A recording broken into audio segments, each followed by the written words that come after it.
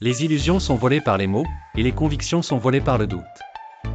Alors gare aux voleurs d'esprit sur les chemins de la vie. Dans un endroit appelé Al-Nakel, un village enchanteur situé entre deux montagnes majestueuses.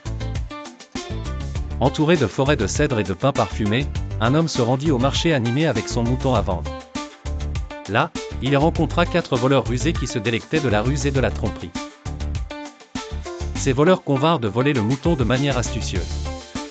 Chacun d'eux s'installa près d'un chemin escarpé menant au marché, par lequel l'homme passerait avec son mouton.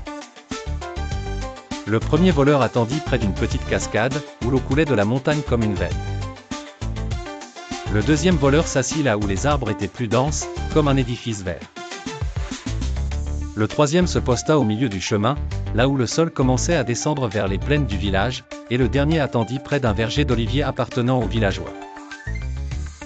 Le propriétaire du mouton passa devant le premier voleur, qui le salua en disant « Pourquoi attaches-tu ce chien et le tires-tu derrière toi ?» L'homme fut choqué mais insista « C'est un mouton, je vais le vendre au marché. » Il continua son chemin mais commença à ressentir un doute. Auprès du deuxième voleur, la même question fut posée « Pourquoi attaches-tu ce chien derrière toi ?» L'homme, inquiet, ne savait plus quoi penser, et commença à toucher le mouton, incertain de ce qu'il voyait. Auprès du troisième voleur, la question se répéta, et l'homme ressentit de l'anxiété.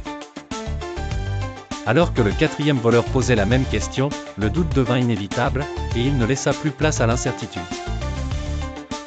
Il se demanda, comment 4 hommes pouvaient-ils se tromper? Il détacha donc l'animal, croyant avoir fait une erreur. Il rentra chez lui en hâte pour chercher son vrai mouton. Derrière lui, les voleurs emportaient le mouton avec joie, ravis du succès de leur ruse. La morale de l'histoire? Nous ne devons pas laisser nos pensées et nos connaissances être volées par des voleurs d'esprit, qui retournent les vérités à leurs fins malicieuses.